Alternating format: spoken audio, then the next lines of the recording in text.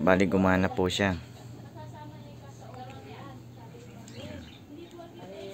Power on na po na yung TV natin. Bali yung TV po namin na hindi ko po alam kung ilang watts po ito. Pero siguradong malakas po ito.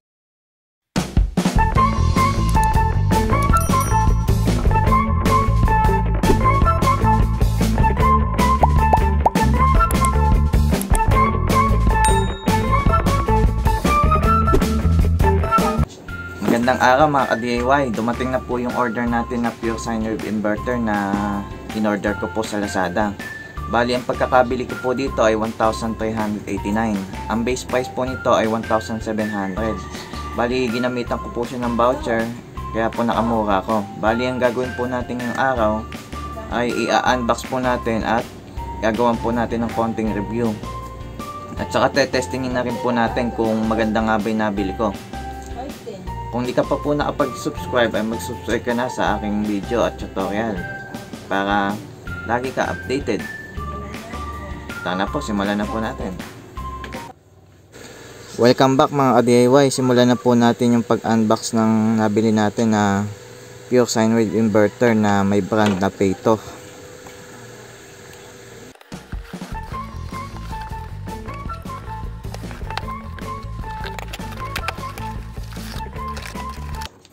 Ito na po mga ka-DIY, bali ito po yung laman ng parcel. Ito na po yung pinaka-box ng inverter na nabili natin.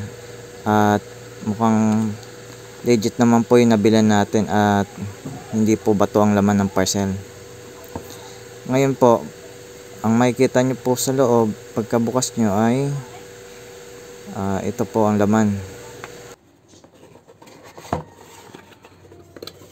Ayan po, bali bubungad po kagad yung pangalan ng nabilan po natin na store sa Lazada. Bali ito po yung name niya, Peito po talaga.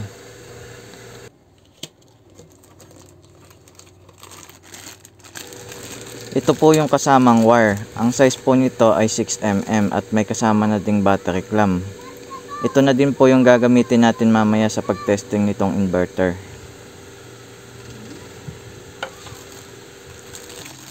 Meron na din po siyang kasamang card jack at ang wire ay mukhang manipis at walang nakalagay kung anong size or mm. Nandito na din po yung takip na pang-ipit ng battery lug. At ito na po yung pinaka-inverter. Bali nakasupot pa po siya.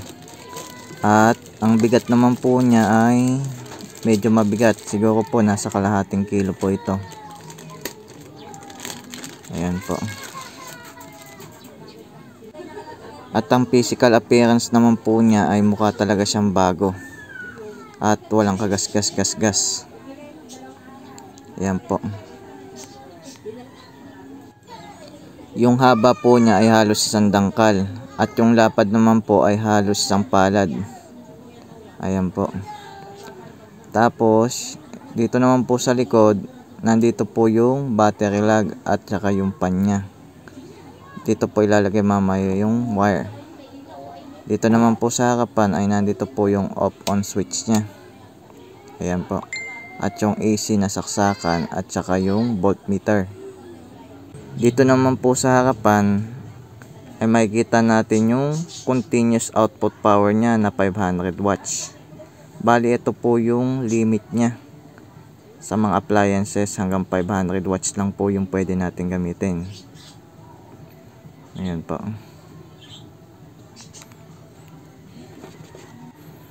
Ito naman po yung manual na hindi natin binabasa. Nakakatamad po kasing basahin yan. Tapos mamaya po ite-testing na po natin itong inverter kung buo po yung nabili natin. Bali dito po ay makikita nyo nakalagay 100 watts pero hindi ko alam kung bakit yan po yung naka-indicate. Kasi hanggang 500 watts lang po yung pwede naman natin gamitin. Hindi naman po tayong pwedeng umabot ng 1000 watts. Kapag nagustuhan nyo po ang inverter na ito ay ilalagay ko po ang link kung saan ko nabili dito sa description ng video na ito para hindi nyo po hanapin. Ang sunod po natin gagawin ay itetest po natin muna kung gumagana po itong nabili natin na Peito inverter. Bali ito po ay may 12 volts na input. Meron po tayong battery dito na 12 volts. DIY lang po ito. Bali una po natin gawin ay ikabit lang po muna natin yung wire nya. Bali yung pulang wire po dito po sa positive ng inverter natin. Yan, kabit lang po natin.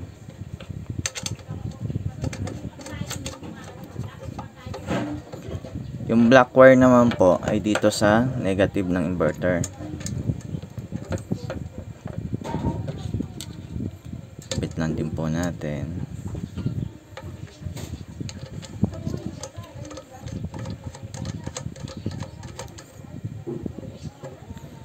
Bali ito pong pan na ito, based sa kanyang info, gagana lang po ito kapag nasa 200 watts na po yung load natin or nasa 45 degree na po yung init ng inverter natin.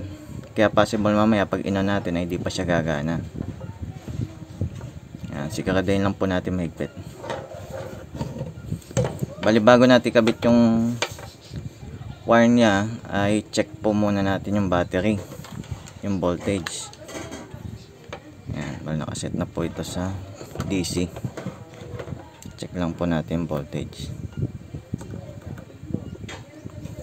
Bali meron po tayo reading na 12.19 volts. Yan, pwede na po natin kabit yung inverter. Bali ito pong black wire na negative, dito po sa negative ng battery. Pero check po muna natin, baka po naka-on yung inverter. Ayan, naka-off naman po. Bali yung positive naman po ay dito sa red ng battery natin.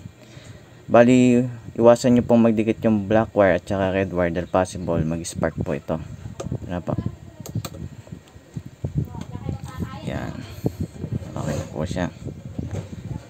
Bali i-power on na po natin siya.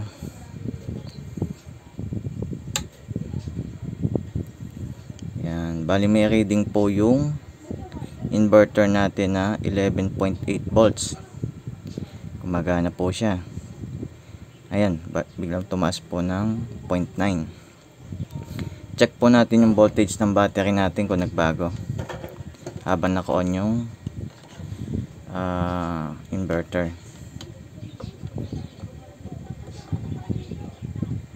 Ayan, bali yung reading po ng sa battery natin ay 12.10.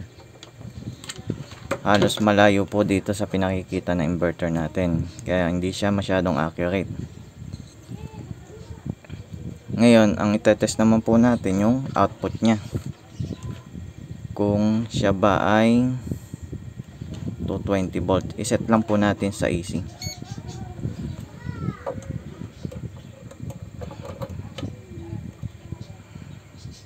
Yan. Bali may reading po tayo na 225 volts. Ngayon naman po i-test naman po natin yung yung ano nya, kung ilang hertz siya. Yan, bali meron po tayong 60 hertz na reading. Okay po ito sa mga appliances natin. Yan, bali okay naman siya. Bali ang sunod naman po natin gagawin ay tetestingin naman po natin siya sa appliances natin. Isa-set up ko lang po muna siya sa mga appliances natin kasi yung TV po namin ay nakapix. Ilalapit ko lang po muna siya sa TV namin. Yan naman po, teka lang po. Bali ito na po mga ka-DIY, nakasetup na po tayo.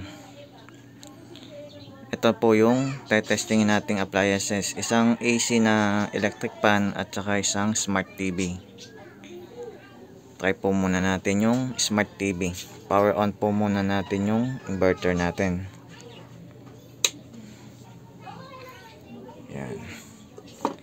Tapos isaksak na po natin yung TV natin.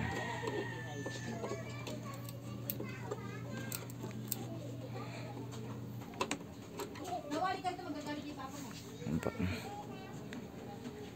Bali, gumana na po yung power indicator ng TV natin. Power on po natin siya.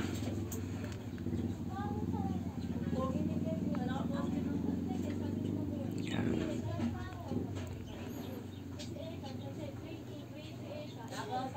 Bali, gumana po siya. Power on na po na yung TV natin. Bali, yung TV po namin ay hindi ko po alam kung ilang watts po ito. Pero siguradong malakas po ito sa kuryente dahil ito po ay 32 inches na smart TV.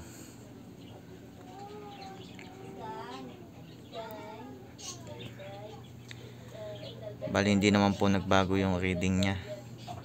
11.8 volts pa rin siya. Yan.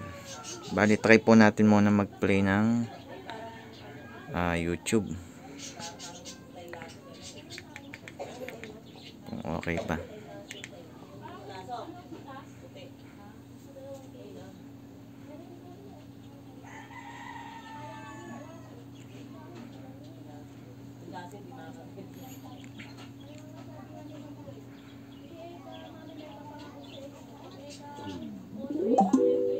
Yan. Nagbago na po yung reading niya.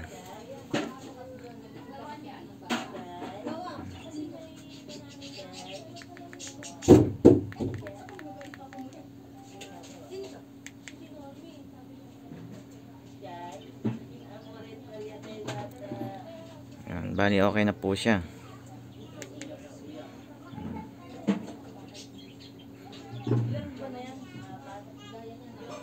Everyday, virus turns your Yan. family from this to this. Good na po. That's why I boost Magana my po family's siya. immunity with Damonte 100% pineapple juice. Packed with Bali, immunity nagbago po yung reading niya ng protection every 11.6. Patay na po natin. Next po natin na itetest itong electric fan kung iingay ba siya. Saksak natin. Check muna natin kung naka-on. Pumuna natin.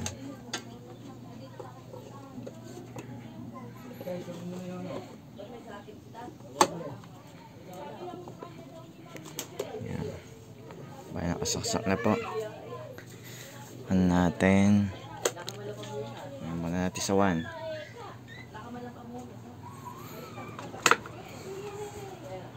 Yan, goods po siya, gumana po siya.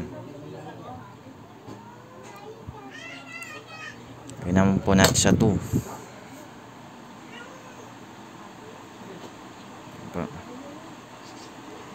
Lagyan naman na po natin siya sa 3. Yan, napakalakas po niyan. Bali, yung reading po niya ay 11.4 na.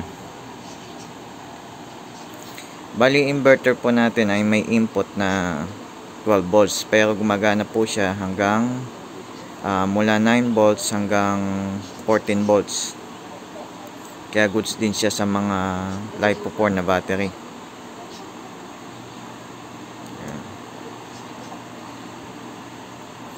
Ay po. Bali, next video po natin ay isa-set up ko naman po ito sa solar namin para makita nyo po na working na siya. Yan lamang po. Kung hindi ka pa po nakasubscribe sa aking YouTube channel ay mag-subscribe po para updated ka sa mga susunod ko pang video. Yan lamang po. Maraming salamat.